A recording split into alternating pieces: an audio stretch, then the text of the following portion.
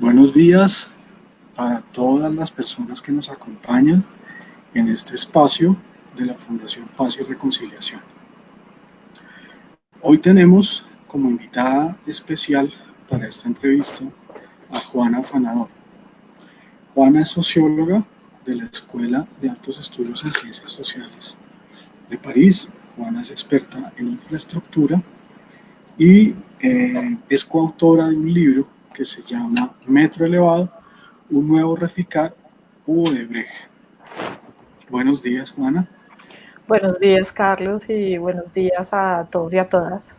Gracias por esta invitación. Con mucho gusto y muchas gracias por aceptarlo. En estos días, Juana, se aprobó o acabamos de los ciudadanos en Bogotá de participar y de ser testigos de la aprobación del plan de desarrollo, que es la guía de ruta, o la hoja de ruta mejor, de la ciudad para los próximos 4 años. Uno de los pilares de ese plan de desarrollo es, por supuesto, el tema de la primera línea del metro elevado. Este es un pilar porque es transversal a todo el plan de desarrollo. Es transversal porque es un proyecto que involucra un tema económico, un tema de desarrollo urbano, un tema de empleo, un tema de movilidad, que son los puntos fundamentales en el plan de desarrollo que acaba de aprobar el Consejo de Bogotá y que la alcaldesa pues en estos días está comenzando a socializar. Sobre ese tema, Juana, el año pasado usted escribió un libro en el que hizo una investigación y un análisis acerca de ese proyecto que es hoy tan importante para la ciudad de Bogotá, que lo ha sido siempre, pero que hoy vuelve a cobrar mucha importancia precisamente por lo que decía anteriormente, por la aprobación del plan de desarrollo de la ciudad. Juana, ese libro se llama Metro Elevado, un nuevo Reficar u Odebrecht, publicado el año pasado, usted es coautora. ¿Por qué ese título? Me gustaría hacerle primero esa pregunta. Bueno, como usted dijo al principio, yo soy socióloga, pero trabajo sobre temas de infraestructura y desarrollo. Entonces, mi tesis de doctorado, por ejemplo, sobre la vía al mar de Medellín a Turbo, como un proyecto de desarrollo impredecible. Una vía de 300 kilómetros que se demoraron 30 años en construir. También después estuve investigando y trabajé un poco sobre Hidroituango y toda la historia de la construcción de la hidroeléctrica, los tiempos. Y después empecé con el coautor, con David García, a trabajar sobre el metro. Y hay una serie de recurrencias en las grandes obras de infraestructura en Colombia, y son los tiempos y los sobrecostos. Ninguna obra de infraestructura de las mega obras que se han hecho en Colombia cumple con los tiempos determinados y todas han tenido altísimos sobrecostos que terminan casi siempre relacionados con grandes escándalos de corrupción. No son sobrecostos solamente por las obras y porque el dólar sube o cosas de este estilo, sino también por la falta de planeación, por la falta de estudios y por la serie de irregularidades que casi siempre hay al momento de adjudicar los contratos. Entonces, con nuestros editores, después de haber leído el libro, haber hecho muchas correcciones, nuestros editores nos dijeron, bueno, pero es que esto que el Metro de Bogotá va a ser un nuevo Reficar, un nuevo Odebrecht, y dijimos, exactamente, eso es lo que se viene muy posiblemente si este proyecto no se rectifica. Entonces de ahí nació realmente la idea del título, que fuera también un título provocador. Claro. Este proyecto, Juana, hoy tiene una financiación, tiene unos estudios, tiene un diseño, tiene una licitación, se ha conformado un comité para verificar la contratación. Hoy este proyecto tiene una oficina, que es la oficina encargada de ejecutarlo. Todas estas, es decir, este es un proyecto que no comienza en este plan de desarrollo. Es un proyecto que viene de la administración de Enrique Peñalosa, tal y como lo conocemos hoy, es decir, es una herencia que toma en sus manos la actual administración de Bogotá, en cabeza de Claudia López, y va a comenzar a ejecutar este proyecto de la primera línea del Metro de Bogotá. Hablamos primero, hay una serie de avisos o de banderas de advertencia sobre este proyecto que vienen desde hace tiempo.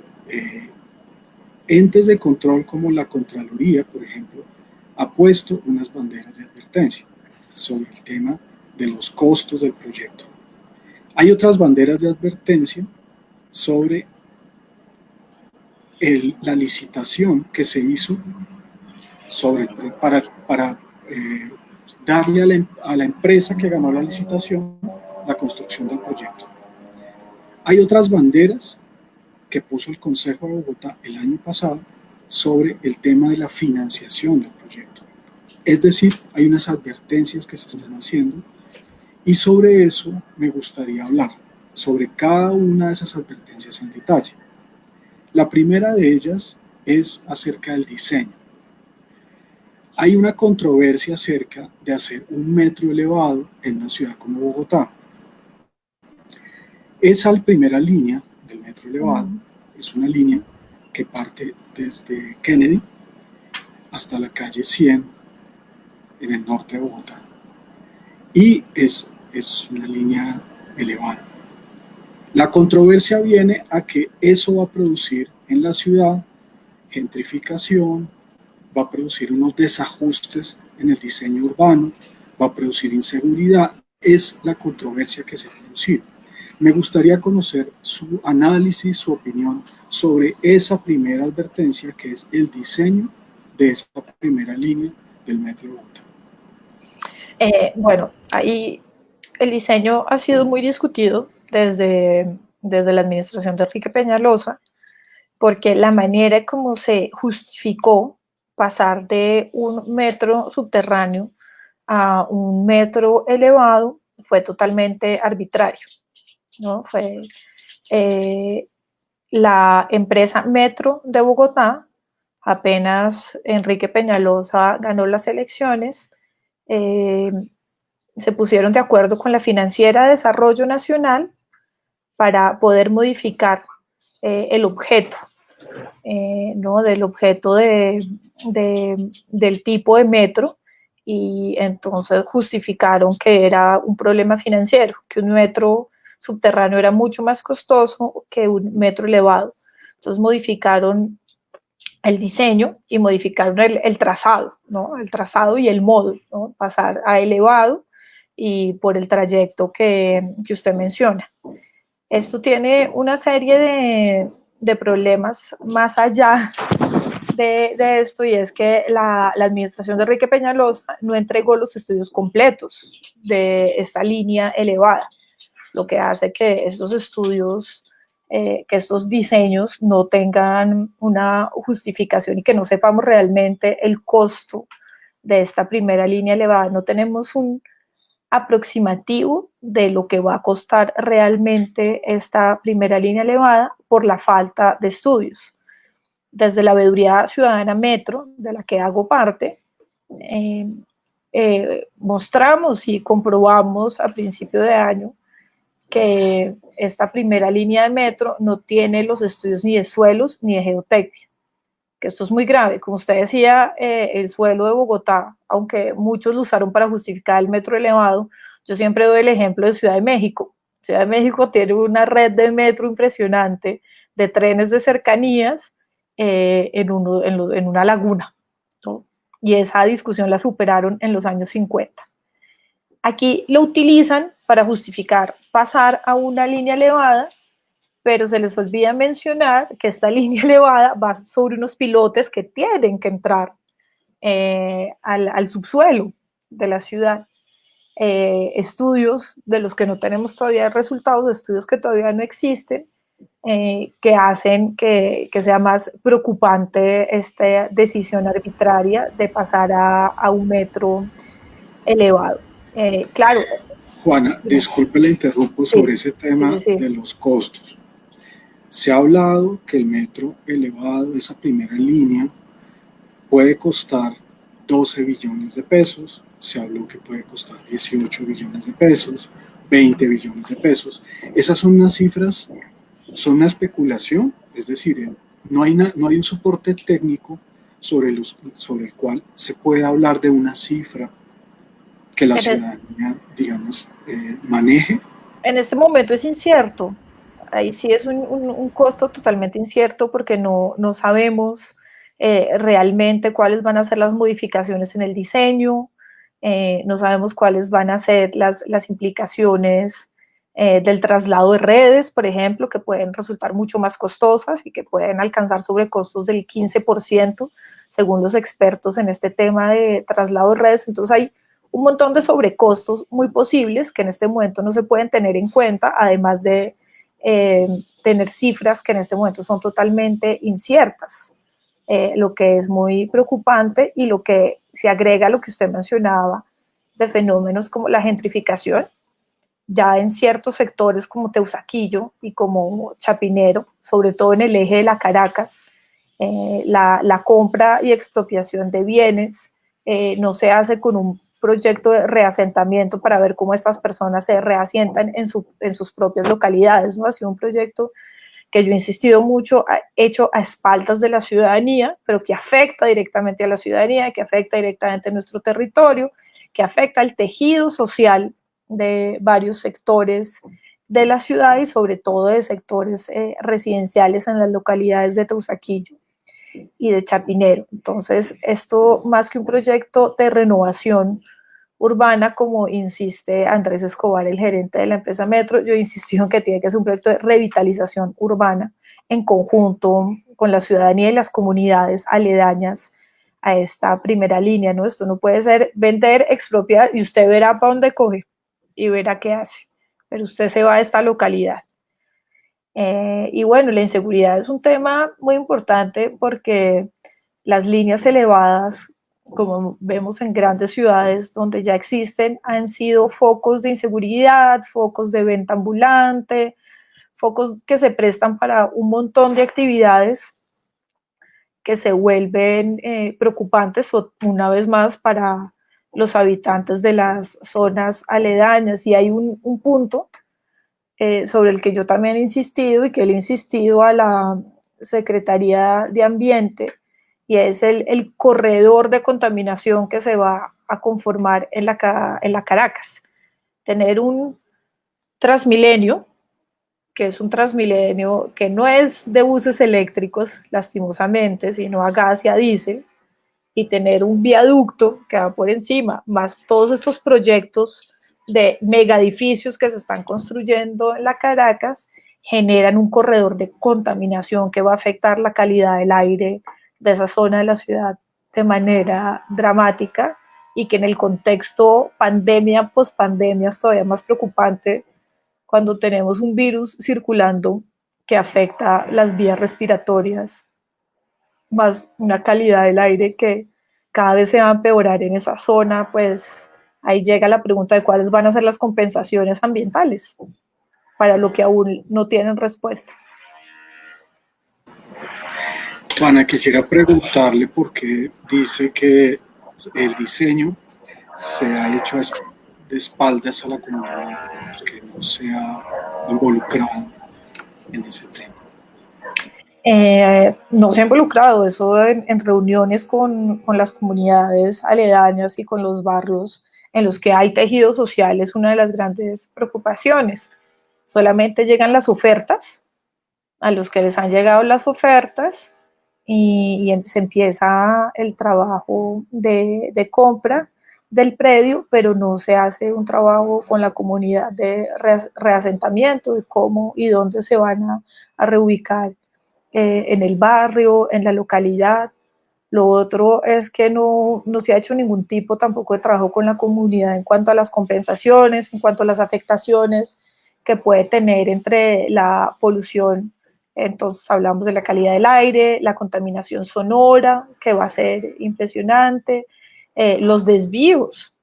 O sea, la construcción del metro va a llevar unos desvíos dentro de las localidades de ciertas vías que van a generar más congestión, que van a generar más ruido, que van a afectar directamente la vida y la calidad de vida de la ciudadanía. Y la ciudadanía no sabe qué está pasando.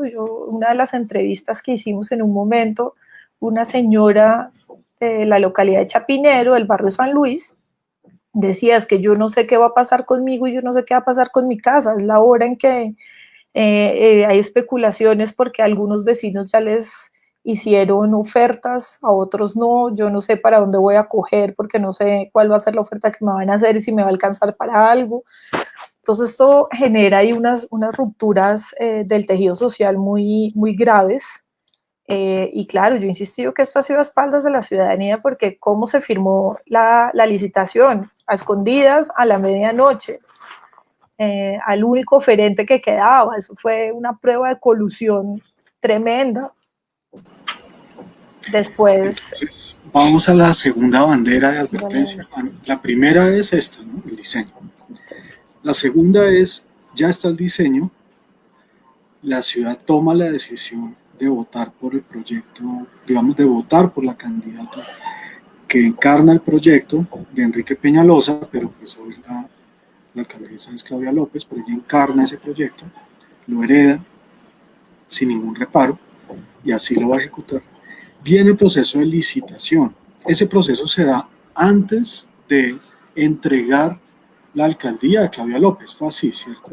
Sí, eso fue entonces, justo una semana antes de las elecciones. Una semana si no estoy mal. Que fue, sí. Exacto, que fue como en unas horas, fue de noche y digamos que hubo un sector de político de oposición que quiso entrar al acto de licitación y no pudo. Bueno, es decir, parece que hubo irregularidades ahí. Ah, bueno, fue protagonista. Entonces, vamos a plantar la segunda bandera de advertencia, la segunda bandera roja, que es la licitación de ese proyecto, que va a ser un proyecto que le va a costar un gran esfuerzo en recursos a Bogotá y a la nación, porque es un proyecto que va a tener un 70% de financiación por parte de la nación y un 30% de financiación por parte de Bogotá. Es decir, los contribuyentes de Bogotá y los contribuyentes, es decir, todo el país, va a meterse la mano al bolsillo para financiar la construcción de esa primera línea del metro. Por eso es no solamente un tema de la ciudad, sino es un tema nacional, que digamos es uno de los grandes proyectos de Colombia para los próximos 10 años. Entonces, Juana, pongamos la segunda bandera de advertencia, que es el tema de cómo se hizo la licitación de esa primera línea. Eso fue hay otro de los hechos a espaldas de la ciudadanía, y es que al momento de adjudicar la licitación solamente quedaban dos oferentes, ¿no? Muchos se retiraron, ahí hubo grandes preguntas alrededor de por qué importantes oferentes no se le medían al Metro de Bogotá, ya lo que causaba un poco de inquietudes, y quedaba este oferente, este consorcio chino, que ganó la licitación, y había un consorcio español-mexicano en el que estaba ese consorcio que no ganó la licitación. Iba a quedar de todas formas descartado, porque era un consorcio que estaba llegando a un acuerdo en Panamá por un escándalo de corrupción en unas obras de infraestructura en Panamá, y estaba llegando a un acuerdo judicial en Panamá, lo que automáticamente lo iba a descalificar y que solamente iba a quedar un oferente, que era este consorcio chino. Entonces ahí se insistió muchísimo sobre el hecho de que eso era colusión, el que eso había sido una licitación totalmente a dedo, que ya se sabía que el consorcio chino la iba a ganar, un consorcio que además tiene una lista enorme de irregularidades y de escándalos de corrupción en diferentes lugares del mundo, de retrasos, de sobrecostos y de entregas pues mucho más tarde y mucho más costosas de varios proyectos en Asia, en África y en Centroamérica. Finalmente, entonces, le adjudicaron la licitación a este consorcio y unas semanas después firmaron el contrato oficialmente con ellos. Y en esa adjudicación hubo algo muy particular. Y como usted hablaba, el papel del gobierno nacional ha sido muy importante, ¿no? Porque el gobierno nacional le ha hecho la segunda a Peñalosa para llegar a ese acuerdo. Y hay un hecho relevante y es que yo no sé si usted se acuerda o la gente que nos está escuchando se acuerda que Duque hizo un viaje a China para negociar unas ventas de aguacates y de frutas colombianas y a los pocos días Peñalosa viajó a reunirse también en China con serie de personajes, entonces yo creo que el acuerdo fue más allá de los aguacates y que negociaron uno que otro trencito. También fueron a poner una ofrenda a, a Mao. Sí, esa imagen es maravillosa. Exacto, es como paradójica. Sí, sí, sí. Entonces, esa es entonces la segunda bandera de advertencia, la Sí. licitación. Nos hacen una pregunta a través de Facebook que uno podría tomarla como otra bandera de advertencia y es sobre el tema de la movilidad. En el momento en que esté en ejecución la obra, al ser una obra superficial, ¿qué implicación tiene para la movilidad en una ciudad que, como dice la persona que nos hace la pregunta, está entre las 3 ciudades con el peor tráfico que hay en la región, digamos, en Latinoamérica? Esa podría ser entonces otra bandera de advertencia. ¿Qué hacemos cuando se empiece a construir un metro superficial en esta zona de Bogotá, en esos 24 kilómetros, por supuesto más que es el radio, pero digamos en esa longitud de la primera línea, que son los 24 kilómetros, ¿qué va a pasar con Bogotá? Mire, Carlos, yo el año pasado estuve en una charla hablando también sobre los impactos del metro de Bogotá en la escuela de ingenieros, en la Escuela Colombiana de Ingeniería, con un ingeniero experto en movilidad y en construcción de obras civiles. Y un estudiante hizo esa pregunta, hizo exactamente esa pregunta de qué va a pasar con la movilidad y el ingeniero respondió, yo les recomiendo que se vayan a vivir a otra ciudad.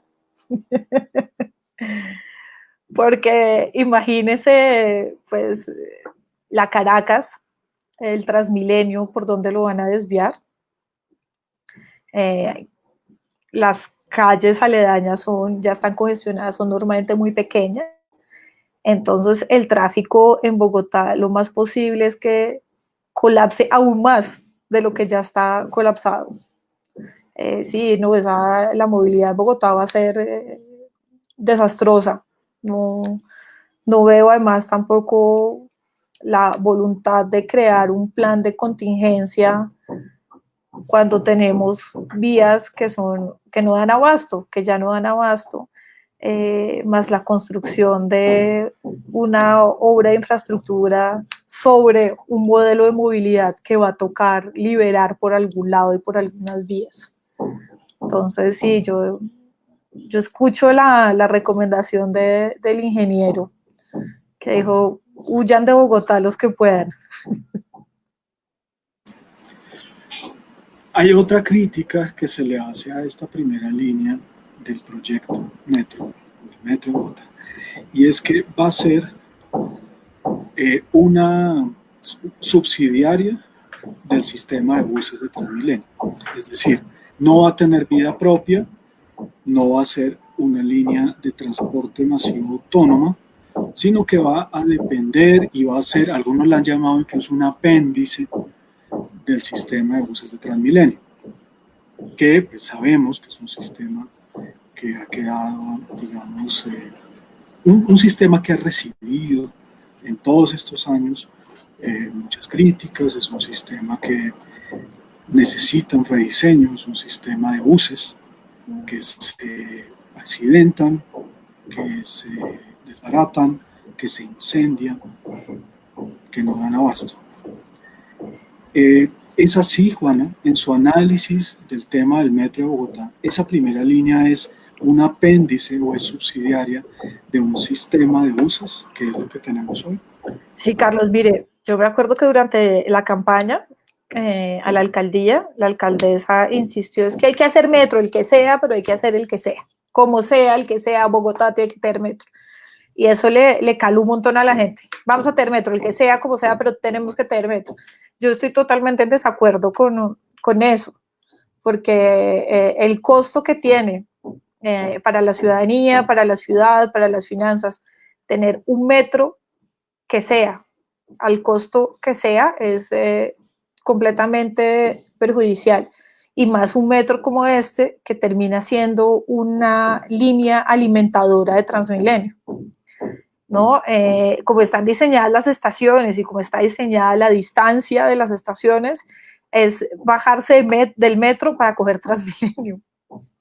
Es totalmente absurdo, o sea, no es un sistema intermodal que se conecte y que yo cojo esta línea de metro que me lleva a esta estación de Transmilenio, que me mueve acá, no, para una sobre otra, además haciéndose competencia, y yo me bajo del metro para coger Transmilenio y más Transmilenio y más Transmilenio.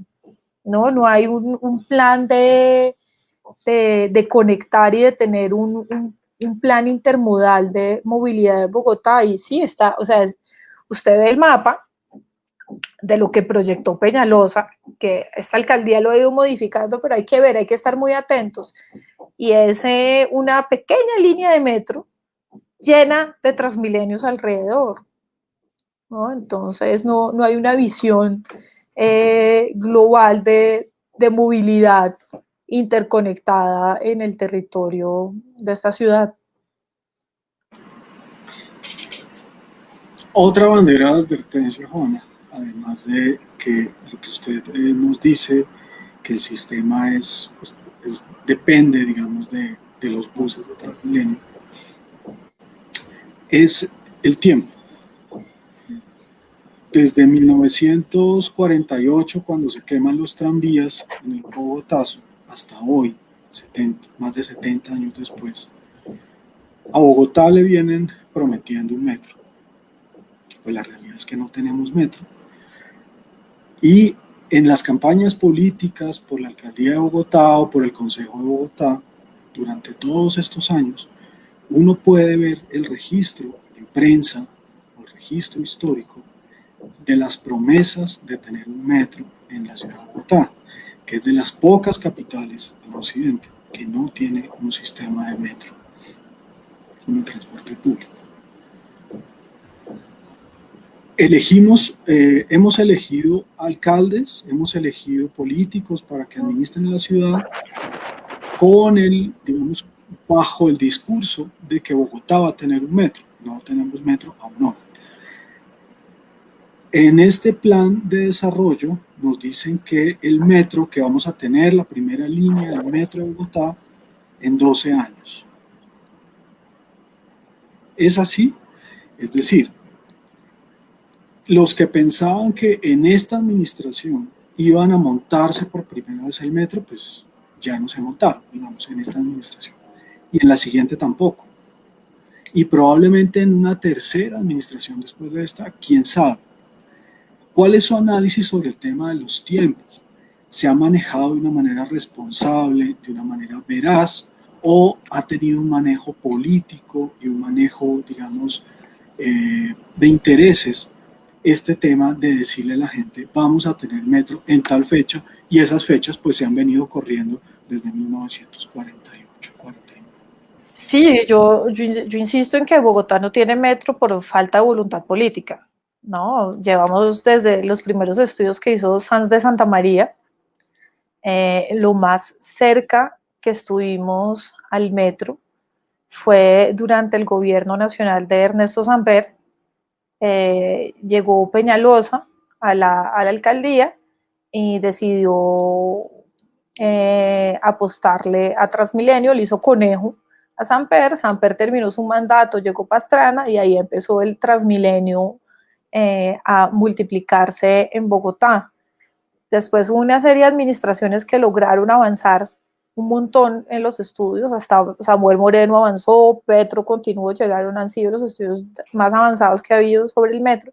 Vuelve a llegar Peñalosa y decide seguir apostándole a Transmilenio y hacer una microlínea elevada, ¿no? Entonces, estos son factores que muestran la falta de voluntad política y del daño que hay que aceptar que Peñalosa le ha hecho a la movilidad en Bogotá. Peñalosa le apostó una movilidad que es la de Transmilenio, que ha sido fatal, que no da abasto y nos ha impedido tener una red de metros de transporte realmente masivo y que cumpla con las necesidades de la ciudadanía.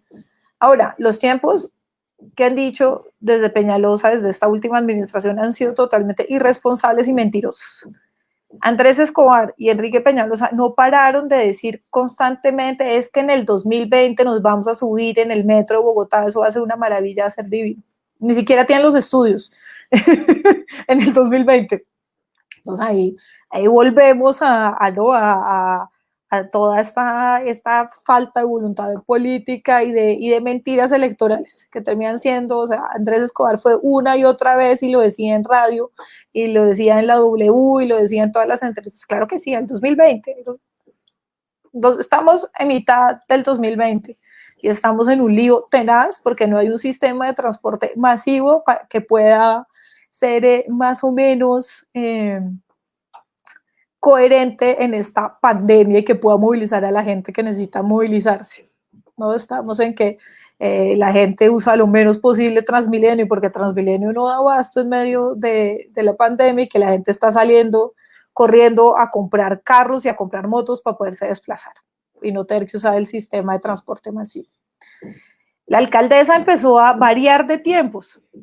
Durante la campaña ella decía unos tiempos, después de la campaña ha dicho otros tiempos y ahora entonces prolongó los tiempos para no comprometerse con los tiempos que prometió y que aseguró estar en campaña. Esto es totalmente irresponsable.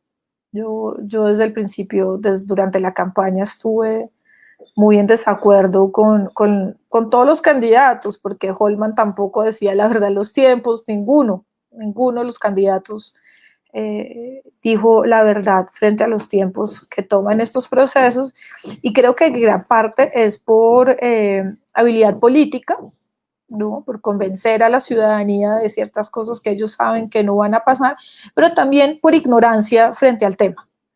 Creo que eso ha sido lo más preocupante de esta nueva administración, y es que se nota que no conoce 100% el tema y que no conoce 100% los tiempos. Entonces uno la ve dudando en medio de todo esto y ya afirmando, claro, ella decía, al final es muy posible que al final de administración ya esté moviéndose, que esté en el final de las obras, ya va en 12 años.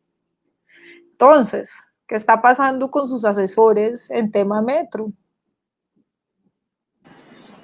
Sobre estas banderas de advertencia que se han clavado, una de ellas es el libro del cual Juana es coautora, los estudios, los artículos que publica, las entrevistas, los análisis, y que hace parte de una veeduría sobre este tema.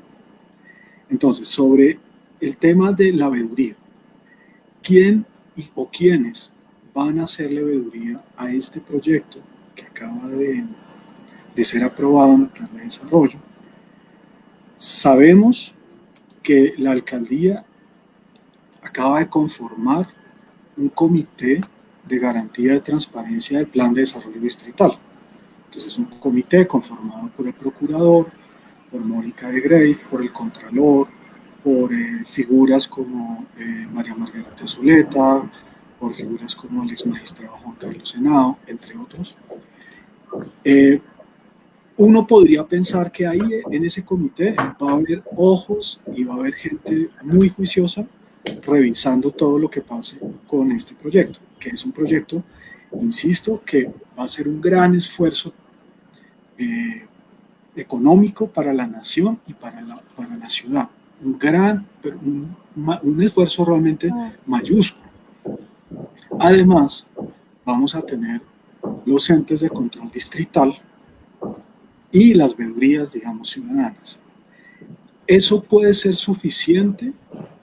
O si usted, Juana, hace un ejercicio, digamos, de un poco de mirar qué puede pasar al futuro, esas veedurías no van a atajar este proyecto que de alguna manera ya está pactado, que ya tiene una serie de, digamos, de compromisos a nivel nacional y a nivel distrital. En esta carrera de obstáculos del proyecto Metro, la primera línea, las veedurías pueden ser efectivas, van a ser efectivas. Ahí es necesario, sobre todo, reforzar las veedurías ciudadanas.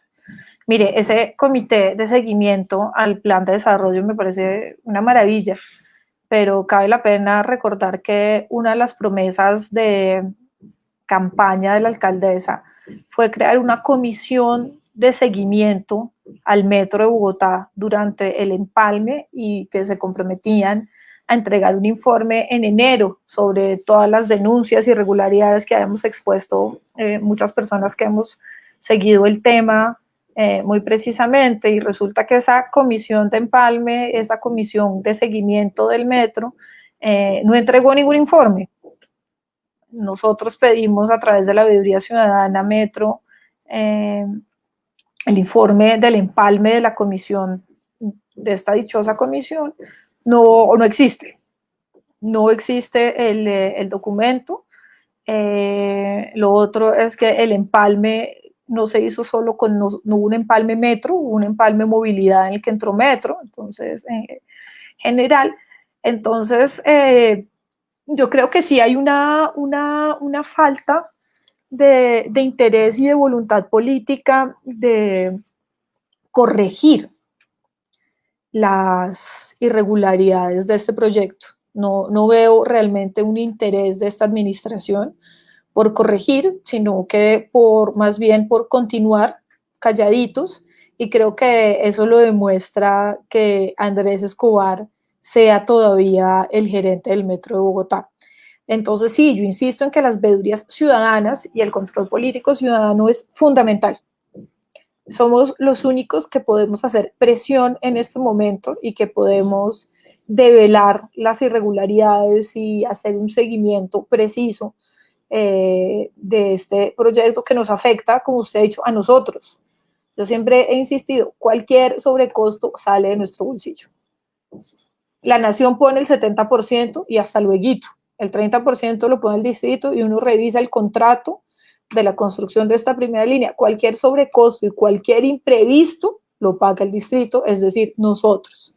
Y en el plan de desarrollo aprobado por el Consejo de Bogotá, gran parte del presupuesto se va en movilidad y una gran parte de ese presupuesto va para Metro de Bogotá. Entonces es muy importante que tengamos todos los ojos encima, que estemos muy alerta, porque creo que todavía la ciudadanía no se ha dado cuenta de las repercusiones que tiene este proyecto directamente sobre ellos, ¿no? Y sobre los que vamos a terminar pagando los platos rotos somos nosotros. Juana, muchas gracias por su opinión, su análisis sobre este tema. Para finalizar, me gustaría preguntarle, hoy es viernes de Matarife. ¿Cuál es su opinión sobre esta serie que ha tenido tanto éxito y que a su vez también ha sido tan polémica? Carlos, voy a confesar, vi el primer capítulo y no he visto los otros dos porque no he tenido tiempo. Entonces ahí me corchó tenaz. Pero el primer capítulo me pareció muy interesante, una cosa que me llamó mucho la atención. y que creo que eso es lo que más rescato de ese primer capítulo, es el aplauso del Congreso a Mancuso.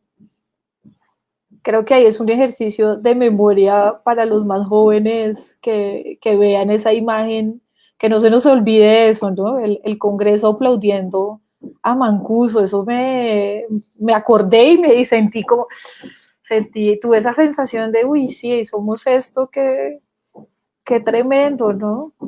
Esa es Sí, nuestra clase política, exacto, muy seriza. fuerte. Sí. Juana, muchas gracias. Paz y reconciliación. Le extiende un agradecimiento por aceptar esta invitación y por supuesto en lo que nosotros estemos para ayudar con mucho gusto. Carlos, muchísimas gracias a ustedes por abrir este espacio, fue un gusto. Hasta muy Gracias. pronto, espero. Hasta pronto.